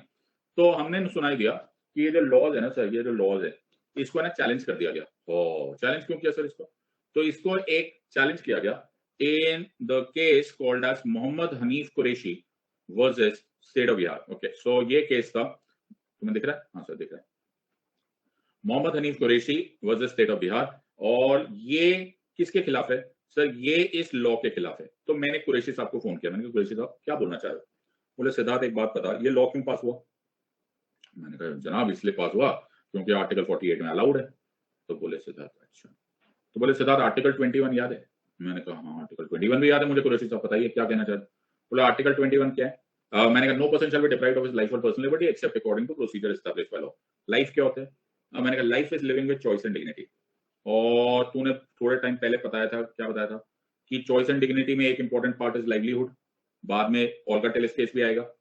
मैंने कहा हाँ हाँ, लाइवलीहुड तो होता ही है। मैं अपना काम करूंगा तभी तो मेरे को चॉइस एंड डिग्निटी आएगा, चॉइस एंड डिग्निटी आएगा तभी तो लाइफ आएगा, लाइफ आएगा तभी तो आर्टिकल 21 आएगा, और 21 मेरा फंडामेंटल राइट है। मैंने कहा हाँ। बोले मैं मोहम्मद हनीफ कुरैशी, हमारा काम स्लॉटर हाउसेस चलाना है। ओहो, अगर हम स्लॉटर हाउसेस चलाते हैं तो ये हमको चॉइस एंड डिग्निटी दे रहा है, ये हमें लाइवलीहुड दे रहा है, ये लाइवलीहुड दे रहा है। और तुमने क्या कर दिया है? तुमने कर दिया है टोटल काउ स्लॉटर बैन। तुम्हारा डीपीएसपी मेरे फंडामेंटल राइट को वायोलेट कर रहा है। बात समझ में आई या नहीं? कनेक्शन देखा है या नहीं देखा? आर यू अंडरस्टैंडिंग दिस और नॉट? सबको समझ में आ रहा है या नहीं? Everyone has understood. तो ऐसा करना होता है सब्जेक्ट को समझना। Are you understand? तो मैंने कहा बात तो सही है, एवरीवन हैज अंडरस्टूड। तो मैं माइलॉट्स के पास गया भागते हुए, मैंने कहा माइलॉट्स देखो कुरैशी जी ये बोले कि जी आपका आर्टिकल 48 जो है वो हमारे फंडामेंटल राइट के खिलाफ जा रहा है। तो मैंने माइलॉट्स को फोन किया, मैंने कहा माइलॉट्स मुझे आपसे ना क्लैरिटी की जरूरत है। तो माइलॉट्स बोले कोई टेंशन बात नहीं, मैं क्लैरिफाई करता हूँ। बोले सिद्धार्थ एक बात बता, now you have to understand this in a far better way. तो ये जो काउ स्लॉटर बैन है या ये जो काउ है, ये कॉन्स्टिट्यूएंट असेंबली डिबेट्स में एक मेजर डिस्कशन का पार्ट था। क्यों सर? क्योंकि काउ, जो काउ है, ध्यान से सुनना मेरी बात, जो काउ है ये दो पार्ट्स में समझी जा सकती है। एक काउ इकोनॉमिकली यूजफुल एनिमल की तरह समझी जा सकती है। आर यू अंडरस्टैंडिंग दिस और नॉट? हाँ सर, काउ जो होती है वो इकोनॉमिकली यूजफुल एनिमल की तरह समझी जा सकती है।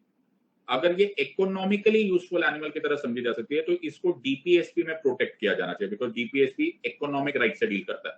बात समझ में आ रहा है या नहीं? हाँ सर सर सर। लेकिन सर काउ को है ना सर, काउ को ना सर रिलीजियस सिंबल की तरह भी यूज किया जा सकता है, बिकॉज काउ हमारे धर्मों में पूजनीय भी मानी जाती है। ओके, तो अगर इसको रिलीजन की तरह से प्रोटेक्ट किया जाता तो शायद इसको फंडामेंटल राइट्स की तरफ प्रोटेक्ट किया जा सकता था। Are you understanding this part? Cow को प्रोटेक्ट करना हमारा काम था, लेकिन कैसे प्रोटेक्ट करना था sir? Either as a DPSP or as a religion. Are you understanding? तो ये दोनों ही चीजें इंपॉर्टेंट है। Are you understanding? सो बहुत सारी डिस्कशंस के बाद ये फैसला किया गया कि काउ को प्रोटेक्ट तो किया जाएगा but as an economically useful animal. Are you understanding this part? Not as a fundamental right. इसीलिए आर्टिकल 48 को डीपीएसपी में डाला गया। सबको यहां समझ में आ गया या नहीं समझ में? Everyone has understood? Have you understood the logic over here? So cow can be protected, yes or no? क्या मैं बोला? Cow can be protected under a DPSP, और DPSP के लिए होता है लॉज बनाना। So मैंने माइलॉज को बोला, मैंने कहा माइलॉज कैसे इसको सजेस्ट किया जाए that article 48 और article 21 comes in some kind of combination. So माइलॉज said a very smart argument. माइलॉज said, Siddharth, we have to protect cow. मैंने कहा yes, but which cow? मैंने कहा what do you mean which cow? बोले that cow which is an economically useful animal. बात समझ में आ रही है या नहीं समझ में आ रही? Everyone has understood. So मैंने कहा my lord, economically useful animal मतलब? बोले milk breeds जो मिल्क प्रोड्यूस करे, एंड शी काउस जो कि काफ्स प्रोड्यूस करेंगे। These are economically useful cows. इनको आप स्लॉटर बैन से बचा सकते हो। आर यू अंडरस्टैंडिंग दिस और नॉट? सबको समझ में आया या नहीं? लेकिन फिर से लेकिन यहां पे स्टोरी खत्म नहीं हुई सर, स्टोरी खत्म नहीं हुई। ओके, सो हनीफ कुरैशी केस में क्या किया गया? सुप्रीम कोर्ट ने क्या किया? सुप्रीम कोर्ट ने हार्मोनियस कंस्ट्रक्शन की। क्या की सर? Harmonious construction. सो एक साइड पे था डीपीएसपी, एक साइड पे था फंडामेंटल राइट। सुप्रीम कोर्ट ने दोनों के बीच में हार्मनी बनाकर ये एक इंटरप्रिटेशन किया। इसको बोलते हैं a harmonious interpretation has to be placed upon the constitution and so interpreted it means that state should certainly implement the directive principles, but it must do so in such a way that its laws do not take away or abridge the fundamental rights. Otherwise it will become merely rope of sand. और ये Hanif Qureshi case को refer करते हुए ही बोला गया। The Hanif Qureshi case did not or did take the note of the state of directive principles having been elevated from subordinate or subservient to the partner of fundamental rights in guiding the nation. तो तुम्हें याद होगा, मैंने तुम्हें जब fundamental rights और DPSP पढ़ा रहा था तो मैंने बताया था पहले फंडामेंटल राइट्स यहाँ होते थे और डीपीएसपी यहाँ होते थे। ओके, चंपकम दोराय राजन केस में, फिर मिनर्वा मिल्स केस, और इसी तरह से हनीफ कुरैशी केस में फंडामेंटल राइट्स और डीपीएसपी को हम साथ साथ हैं। Are you understanding? साथ में लेकर चलना स्टार्ट किया गया। This is a classical example of harmonious construction. Are you understanding this और नॉट? तो लॉ बनाओ, फंडामेंटल राइट्स का ध्यान रखो, सिंपल एज दैट। तो मैं जब रशिया जाऊंगा तो मैं भी ऐसे लॉ बनाऊंगा जिससे फंडामेंटल राइट्स का ध्यान रखा जाएगा। एक पैसे की उम्मीद नहीं है हमको आपकी। All right, everyone has understood this और not? Next is 42nd constitutional amendment act of 1976। फिर से आ गया सर, ये बार बार जाता है, बार बार वापस आ जाता है, ऐसा ही है बेटा, ये बहुत ही। 42nd कॉन्स्टिट्यूशनल अमेंडमेंट एक्ट 1976 से एक नया आर्टिकल डाला गया। तो मैडम इंदिरा गांधी गवर्नमेंट ने एक नया आर्टिकल डाला, that was called as article 48 capital A. Are you understanding this part? Yes or no? 48 capital A में डाला गया protection and improvement of environment and safeguarding of forest and wildlife. States shall endeavor to protect and improve the environment and safeguard the forest and the wildlife of the country. तो ये agriculture और animal husbandry से थोड़ा सा अलग था, लेकिन environment से था। तो सर इससे क्या पास हुआ? तो याद रखना ये 42nd अमेंडमेंट से आया, तो तुमको इसके स्क्रीनशॉट दिख रही होगी। 42nd amendment, insertion of new article 48A। तो इससे क्या पास किया सर आपने? ये सारे laws, environmental protection act of 1986, air pollution control act, water pollution control act, ये एक्ट, वो act, wildlife protection act, सारे एक्ट कहां से आए सर? एनवायरमेंटल प्रोटेक्शन एक्ट, ये सब कुछ आए फ्रॉम आर्टिकल 48A। तो इस पे कुछ खास क्वेश्चन बनते नहीं है, बट मेरे को मैक्सिमम ये लग रहा है कि तुमको शायद ये पूछा जाएगा कि environment protection act gets constitutional sanction from, तो वो हो जाएगा आर्टिकल 48A, या फिर एक कौन सी अमेंडमेंट से आया तो आ जाएगा आर्टिकल 48A। ज्यादा कुछ नहीं। आर यू अंडरस्टैंडिंग दिस और नॉट? सबको पल्ले पड़ा या नहीं? तो जहां पे ज्यादा पढ़ने की जरूरत नहीं, वहां पे पढ़ो मत। सबको समझ में आ गया या नहीं समझ में?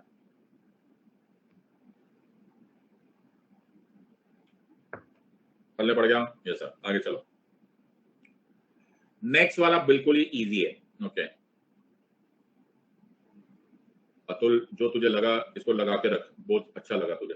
अच्छा ओके, लगता है 42nd अमेंडमेंट सबसे बड़ा अमेंडमेंट था, इसको लगा के रख, बिल्कुल सही पकड़ा तूने। ओके इसको छोड़ी ना तू। ऑलराइट, सबको समझ में आ गया कि नहीं? Okay alright sir, everyone has understood. Let's look at Article 49.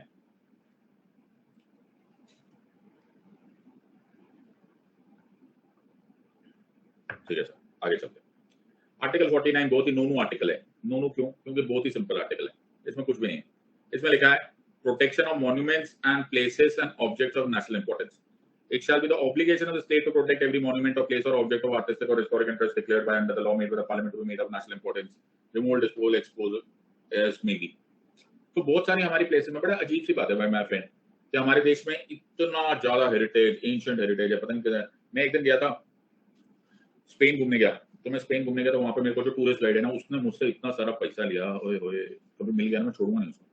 तो मेरे को लेकर गया, ओके, और मेरे को एक मेड्रिड के पास एक जगह थी, वहां पर लेकर गया, बोला I show you a historic place of interest.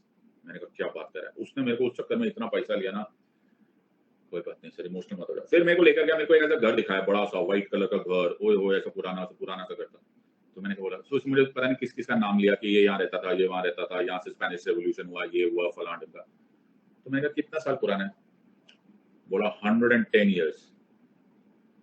मेरे को दिल किया इसको लेकर जाके ना चप्पा चप्पा चरखा चले गाना गा दूं।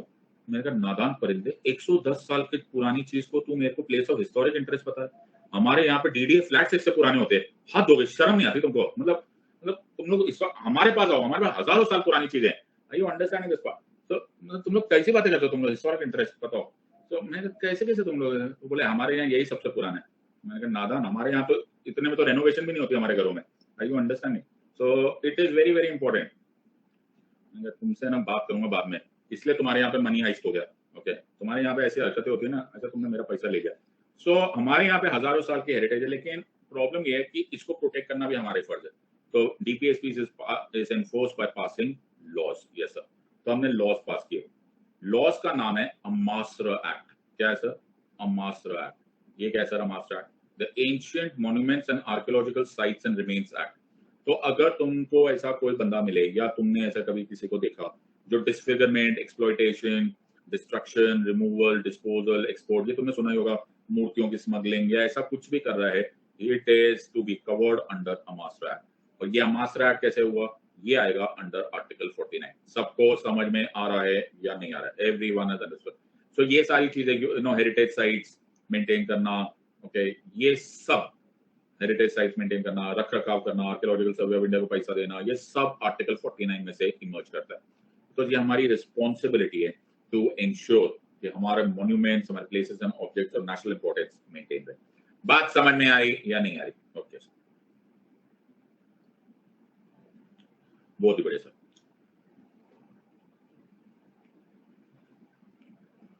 ज्योति बोले sir, I did not know any single word of polity, now I am very much confident polity, I am from a very small village. You made me confident enough that despite being from a rural area, I can be an IS if I work together in right direction. But like a mentor, guru, father for us, strict from outside for making us disciplined and matured enough to be a civil servant and inside love us like your children. Thank you, बच्चे, God bless you. And a very happy Father's Day to all of you. भगवान करे सब लोग अपने अपने पापा को please गले लगा लो और चरण स्पर्श करो। पापा are very important, so please ensure. All right. Great. Okay. So ये बड़ा इंपॉर्टेंट डे होता है, okay, हमारी लाइफ में, that we get a chance to say thanks to those who brought us here, those who took care of us, and for nothing actually.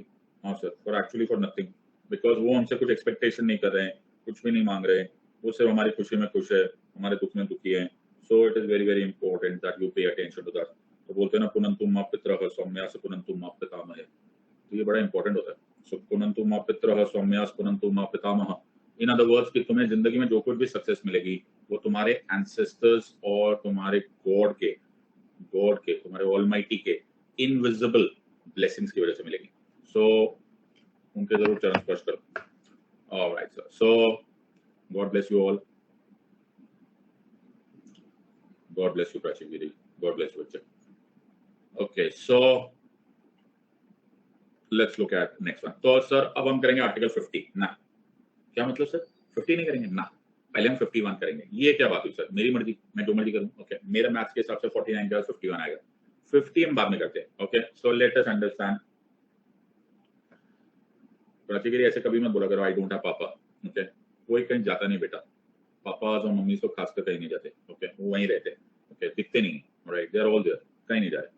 Okay, so when I lost my father, right, यही बात मैंने अपने आप को बोली थी, and this is the same thing that I say to you. So they don't go anywhere, they are always around you. Okay, so कभी भी मत सोचना कि they are not there.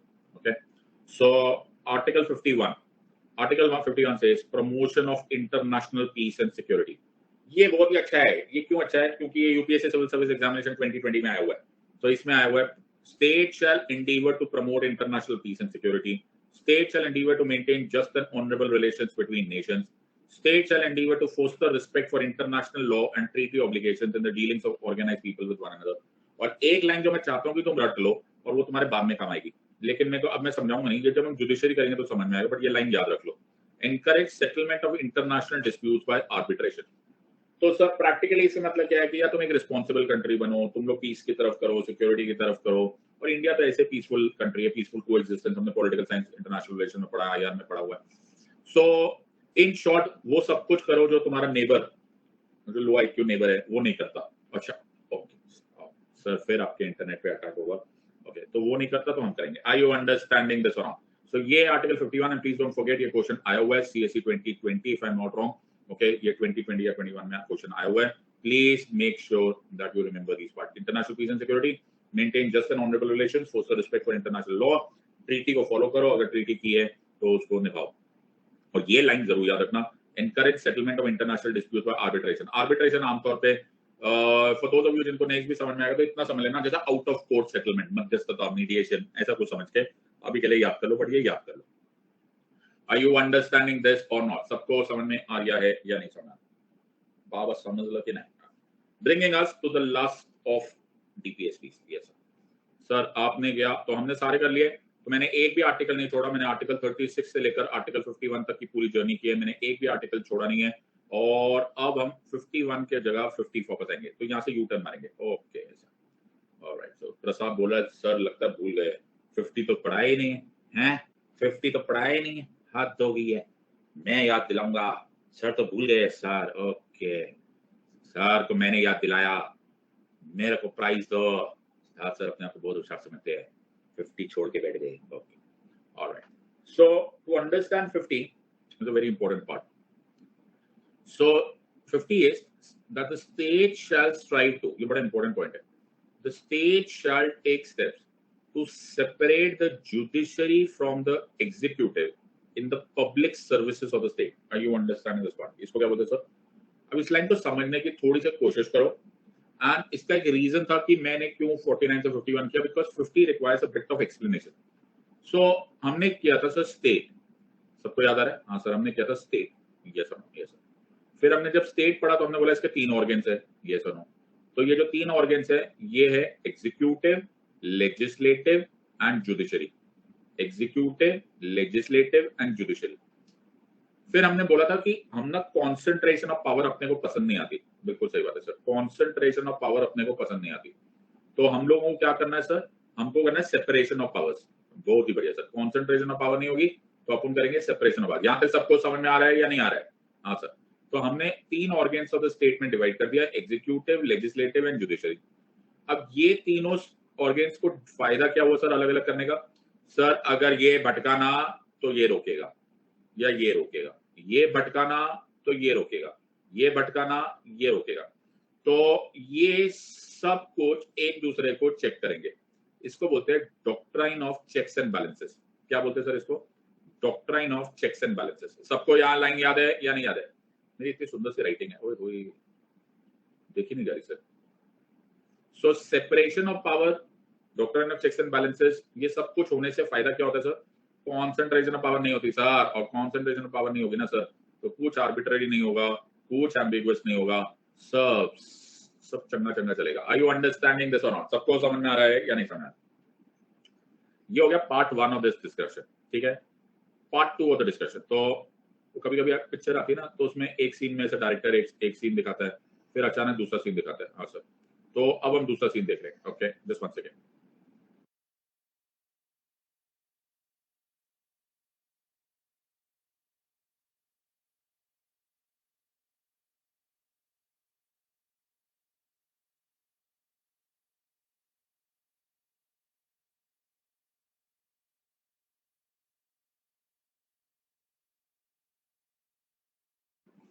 So you have 1 to first article or first part, second is second part। तुम लोग क्या बनने वाले हो? सर हम आईएएस ऑफिसर बनेंगे। अच्छा, मुझे उस दिन ड्रीम लाइफ ने फोन किया, बोला सर मैं आईएएस ऑफिसर। ओके, रौनक ने बोला मैं आईएएस ऑफिसर, ऐश्वर्या बोली आईएएस ऑफिसर, यशस्वी बोली आईएएस ऑफिसर। मैंने कहा अच्छा, मैंने कहा तुम लोग जुडिशरी बन रहे हो? बोले सर आप अजीब अजीब बातें करते हो, हम जुडिशरी थोड़ा ना बन रहे हैं सर, हम लोग एग्जीक्यूटिव बन रहे हैं, हम लोग आईएएस ऑफिसर बन रहे हैं। लेकिन प्रॉब्लम है ना बाबा, तुम्हारे नाम के आगे लिखा होगा प्रियंका डिस्ट्रिक्ट मजिस्ट्रेट। क्या लिखा होगा? District magistrate. क्या लिखा होगा? District magistrate. हाँ हाँ सर, सर स्टाइल से बैठने दो पहले हमको। डिस्ट्रिक्ट मजिस्ट्रेट बैठेंगे। Are you understanding? सो ये डिस्ट्रिक्ट मजिस्ट्रेट ओके जब बनेंगे तो मजिस्ट्रेट तो सर हमने सुना था जुडिशरी होती है। हाँ, आर यू अंडरस्टैंडिंग दिस और नॉट? और तुम लोग अभी मेरे को चिल्ला चिल्ला के बोले कि हम लोग एग्जीक्यूटिव बनेंगे। Yes or no? Are you understanding this और नॉट? Yes or no? लेकिन तुम्हारा टाइटल क्या है? सर हमारा टाइटल है मजिस्ट्रेट। Are you understand? तो बेटा ये ऐसा कैसा हुआ? तो इस कहानी का रीजन है 1973। ये क्या है सर? 1973 से पहले अगर तुम डिस्ट्रिक्ट मजिस्ट्रेट बन जाते, तो तुम्हारी हो जाती बल्ले बल्ले। क्यों? क्योंकि तुम्हारे पास एग्जीक्यूटिव पावर्स और जुडिशरी पावर्स दोनों होती। क्या बात कर रहे हो सर? यस। तो पहले डीएम की बड़ी लॉटरी होती थी। मैं तुम्हें एग्जांपल देता हूँ। डीएम पहले क्या बोलता था? डीएम पहले पुलिस को ऑर्डर देता था, अच्छा, और आईपीएस लोगों को, और पुलिस को बोलता था जाओ भाई जाओ, ये जो बंदा है ना इसको उठा के लेकर आओ, इसने कोई तरह क्राइम किया है, ओके, या इसने कोई टैक्स की चोरी की है, ओके। फिर वो बंदा उसके सामने खड़े हो जाते थे। अब एक साइड पे कौन है? एक साइड पे वो है सर जो डीएम है, क्योंकि डीएम ने चार्ज लगाया है इस बंदे पर। और फैसला कौन करेगा सर? फैसला भी डीएम ही करेगा। क्या बात कर रहे हो सर? यस। इश्क में फर्क नहीं है जीने और मरने का, हम उसी को देख कर जीते हैं जिसका फिर पर दम निकले। ओए ओए सर, ये कैसा तरीका है? अगर पार्टी नंबर ए है और पार्टी नंबर बी है तो प्रिंसिपल्स ऑफ नेचुरल जस्टिस के अनुसार, तुम्हें याद आ रहा है कि नहीं आ रहा? प्रिंसिपल्स ऑफ नेचुरल जस्टिस के अनुसार इन दोनों के बीच में फैसला किसी थर्ड पार्टी ने करना चाहिए था, किसी कोर्ट ने करना चाहिए था जो अनइंटरेस्टेड है और अनबायस्ड है। बात समझ में आया या नहीं? सर ये बात जमी नहीं। क्यों? क्योंकि उसी को देख कर जीते हैं जिसका फिर पर दम निकले। यही इंटरेस्टेड पार्टी है, यही फैसला करेगा। तो सर डीएम कुछ जरूरत से ज्यादा स्ट्रॉन्ग नहीं हो जाएगा, और डीएम जरूरत से ज्यादा ही स्ट्रॉन्ग है। Are you understanding? That is why अगर जब मैं एडमिनिस्ट्रेशन पढ़ाते तो हम बोलते हैं कि ब्रिटिश राज में डीएम्स को माई बाप बोला जाता था, और वो सही बोला जाता था। वो इसलिए बोला जाता था क्योंकि उनके पास अनबिलीवेबल पावर्स थी। फिर क्या हुआ सर? फिर वक्त थोड़ा चेंज हुआ। 1973 में हमने पास किया criminal procedure code of 1973। Are you understanding this part? और ये क्रिमिनल प्रोसीजर कोड ऑफ 1973 जिसको सीआरपीसी 1973 बोलते हैं, दैट इज द रीजन हमने इस प्रोसेस को सेपरेट कर दिया। हमने अब एग्जीक्यूटिव मजिस्ट्रेट्स नाम की पोजीशन बनाई। क्या बनाई सर? Executive magistrate. तो अब जब तुम्हारा नाम लगेगा तो पंकज का नाम होगा डीएम, लेकिन पंकज तू जुडिशियल मजिस्ट्रेट नहीं होगा बाबा, तू एग्जीक्यूटिव मजिस्ट्रेट होगा। याशिका तू जुडिशियल मजिस्ट्रेट नहीं होगी बाबा, एग्जीक्यूटिव मजिस्ट्रेट होगी। क्यों सर? ऐसा क्यों sir?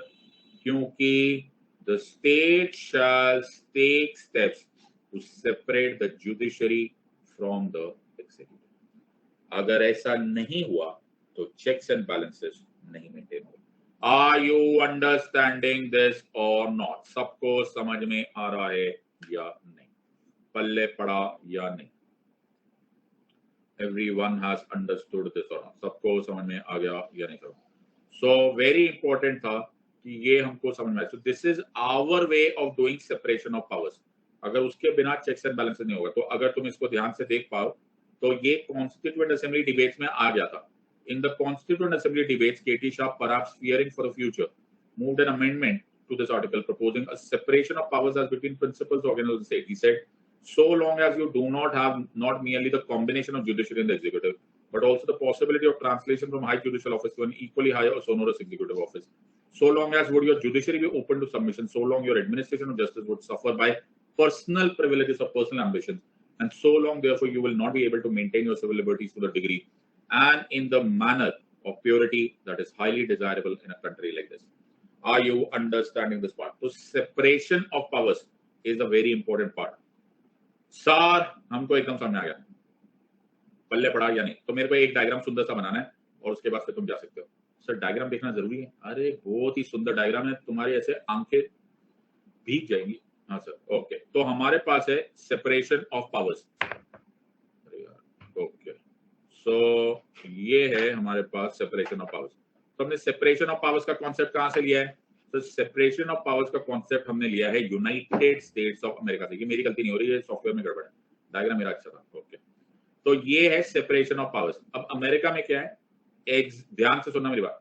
Executive will do only executive function. Legislative will do only legislative function. Judiciary will do only judicial function. Are you understanding?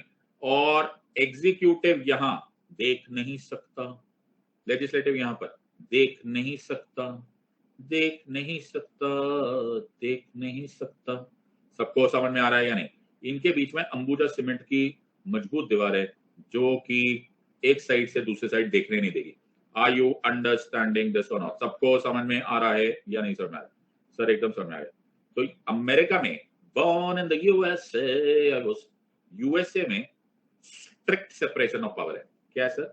Strict separation of power है। क्या है बेटा? अरे sir strict separation of power है। Are you understanding? उनके constitution में only only only word डाला हुआ है। Are you understanding this part? अब बहुत मैं इंपॉर्टेंट बात बता रहा हूं तुमको। तो तुम्हें ना घूमने जा रहे थे, अच्छा, फिर तुम एक मॉल में गए, अच्छा, तो मॉल में देखा एक गाड़ी खड़ी है, अच्छा, और वो गाड़ी जो खड़ी है, वो जो गाड़ी वाला है ना, वो गाड़ी छोड़ के चला गया, अच्छा, तो छोड़ के जाएगा ना सर मॉल में, ऊपर लेकर जाएगा भाई, रीबॉक के शोरूम में ले जाएगा? नहीं नहीं, मेरा मतलब है वो फुल्ली छोड़ गया गाड़ी। फिर तुमने ध्यान से देखा, अंदर एक मोबाइल फोन पड़ा हुआ है, आईफोन 13। कोई देख नहीं रहा। क्या बात कर रहा है? कोई नहीं देख रहा बाबा, कोई नहीं देख रहा, कोई नहीं है, पक्का बोल रहा, कैमरा तुम्हारी तरफ नहीं है। ओके सर, दरवाजा खोलते हैं और आईफोन 13 अपना। जब कोई ना देख रहा हो, मेरी बात सुनो, जब कोई ना देख रहा हो और तुम्हारी ईमानदारी हो, उसको इंटेग्रिटी बोलते हैं। आर यू अंडरस्टैंडिंग दिस और नॉट? सबको समझ में आ रहा है या नहीं? जो मेरी जमीर की आवाज है, जो मेरे अंतरात्मा की आवाज है, उसको इंटेग्रिटी बोलते हैं। Are you understanding? So this integrity is a very very important element. ऐसे ही कॉन्स्टिट्यूशन में मेरे बच्चे, कॉन्स्टिट्यूशन तुम्हें पावर देता है, कॉन्स्टिट्यूशन तुम्हें पावर देता है, लेकिन वो पावर तुम ठीक से यूज करते हो या मिसयूज करते हो, ये तुम्हारे अंदर की आवाज है, ये तुम्हारे अंतरात्मा की आवाज है। बाबा साहेब ने अंबुजा की ये तगड़ी दीवारें नहीं बनाई, बोला ऐसा जरूरी नहीं है, हम तुम्हारी अंतरात्मा की आवाज सुनेंगे, तुम्हें हम पावर देंगे, उसको यूज कैसे करना है ये तुम्हारा काम है। That is called as constitutional morality. क्या बोलते हैं इसको? Constitutional morality. तो तुम एक छोटे बच्चे को थप्पड़ मार सकते हो, मारोगे कि नहीं मारोगे, जायज मारोगे कि नहीं मारोगे, is your constitutional morality. Baba Saheb का अगर कोई सबसे फेवरेट कॉन्सेप्ट था तो वो था कॉन्स्टिट्यूशनल मोरालिटी। और ये एक ग्रीक फिलोसोफर ग्रोटे का बड़ा पुराना कॉन्सेप्ट है, जिसके बेसिस पे अगर हमारे कॉन्स्टिट्यूशन में कोई चीज कॉमन है तो सेंटिमेंट जो कॉमन है वो है कॉन्स्टिट्यूशन मोरालिटी का। सर आप ये क्यों बता रहे हो? एक तो मेरे को तुम्हें कॉन्स्टिट्यूशन मोरालिटी पढ़ाना था, दूसरा ये कि हमारे यहाँ भी सेपरेशन ऑफ पावर है, लेकिन अंबुजा की तगड़ी दीवार नहीं है। क्या बात कर रहे हो sir? What do you mean? मैं तुम्हें एग्जांपल दे सकता हूँ। हाँ सर आप एग्जांपल दो। तो एग्जीक्यूटिव का एग्जांपल सब प्रेसिडेंट, लेजिस्लेटिव का एग्जांपल पार्लियामेंट, जुडिशरी का एग्जांपल सुप्रीम कोर्ट। एक एग्जांपल ले लेते हैं। okay. तो प्रेसिडेंट का काम क्या था सर? प्रेसिडेंट का काम था सर एग्जीक्यूटिव फंक्शन करना। सही बोलो, हाँ सर सही बोलो। लेकिन क्या हमने ऐसा होते हुए देखा है या नहीं देखा है? क्या नहीं देखा है सर? कि प्रेसिडेंट साहब कभी कभी ऑर्डिनेंसेस भी पास करते। हाँ यार, तो वो किसका काम था सर? वो तो लेजिस्लेटिव का काम होता है ना सर, पासिंग लॉज। लेकिन कभी कभी ऑर्डिनेंसेस। हाँ sir sir sir sir sir एक बात बताओ, कभी कभी legislative parliament joint parliamentary committee investigation बनाती है। हाँ तुम्हें याद है कि नहीं? हाँ सर, जॉइंट पार्लियामेंट्री कमेटी वो इंक्वायर करती है कि कोई स्कैम तो नहीं हो गया, स्कैम तो नहीं हो गया। ये तो जुडिशरी का काम है ना सर। हाँ ये तो जुडिशरी का काम है। 5G स्कैम, ये स्कैम, 4G स्कैम, पता नहीं कौन कौन सा 2G 3G 4G, Augusta Westland, बताओ ये सब हम करेंगे जब हम जुडिशरी करेंगे। तो ये तो जुडिशरी का काम है ना, बट करती है ना। हाँ हाँ सर। सर कभी कभी बिल्कुल कभी कभी जुडिशरी ऐसा ऑर्डर नहीं पास कर देती क्या कि लॉ तो बना नहीं है, तो जो हम बोल रहे हैं वो कर लो। क्या? विशाखा गाइडलाइंस। अरे हाँ, you understanding. Vishakha guideline law की तरह बिहेव कर रहा था जब तक prevention of sexual harassment at work place नहीं हुआ। तो सर कभी जुडिशरी भी सर लेजिस्लेटिव की दुनिया में चली जाती है। कभी जुडिशरी ऐसा ऑर्डर भी तो पास करती है। क्या? दिवाली पे पटाखे नहीं बजाने, fire cracker ban. Sir fire cracker ban करना तो मिनिस्ट्री का काम होता है, लेकिन जुडिशरी ने कर दिया ना सर। सर इनके लगता है बीच में दीवार नहीं है। दीवार नहीं है बेटा, हमारे यहाँ पर स्ट्रिक्ट सेपरेशन ऑफ पावर नहीं है। हमारे यहाँ पर primarily doctrine of checks and balances है। आर यू अंडरस्टैंडिंग दिस और नॉट? तो हमारे यहाँ पर डाइल्यूट सेपरेशन ऑफ पावर है, it is not strict separation of power. हम यहाँ पर चेक्स एंड बैलेंसेस पे करते हैं। क्यों करते हो सर ऐसा? क्योंकि हमने ये छोड़ दिया है कॉन्स्टिट्यूशनल मोरालिटी पे। हमने एग्जीक्यूटिव को बोला है थोड़ा लेजिस्लेटिव में जाना अलाउड है, थोड़ा जुडिशरी के एरिया में जाना अलाउड है, थोड़ा लेजिस्लेटिव की दुनिया में जाना अलाउड है, थोड़ा यहां जाना अलाउड है, थोड़ा कितना होता है? 1 मीटर 2 मीटर? मुझे नहीं पता बेटा, ये तुम्हारे अंदर की आवाज है। आर यू अंडरस्टैंडिंग दिस और नॉट? सो हमने छोड़ दिया है ये तुम पर। Are you understanding? So it was a very famous case. हमारे यहाँ पर जो है स्ट्रिक्ट सेपरेशन ऑफ पावर नहीं है। हमारे यहाँ पर बहुत डाइल्यूट सेपरेशन ऑफ पावर है, which is based on doctrine of checks and balances. Sir ये आप बोल रहे हो, मैं क्यों बोलूंगा? ये बोला गया था Indira Nehru Gandhi versus Raj Narayan case of 1975 में। किसमें बोला गया था? Indira Nehru Gandhi versus Raj Narayan case of 1975। तो हमारे यहाँ पर सुप्रीम कोर्ट ने क्लैरिफाई किया था that we don't have strict separation of power, we have doctrine of checks and balances। और इसी को आप कभी कभी समझा सकते हो as separation of functions rather than separation of powers। हमारे पास है separation of functions। तो ये सिविल सर्विसेज एग्जाम मेंस में क्वेश्चन 2019 में आया था, और ये पहला ही क्वेश्चन था, लोगों के होश उड़ गए थे कि India does not have a strict separation of power, instead India has doctrine of checks and balances comment. ये पहला ही क्वेश्चन आया था मेंस में, तो तुम्हें आंसर आना चाहिए। आर यू अंडरस्टैंडिंग दिस और नॉट?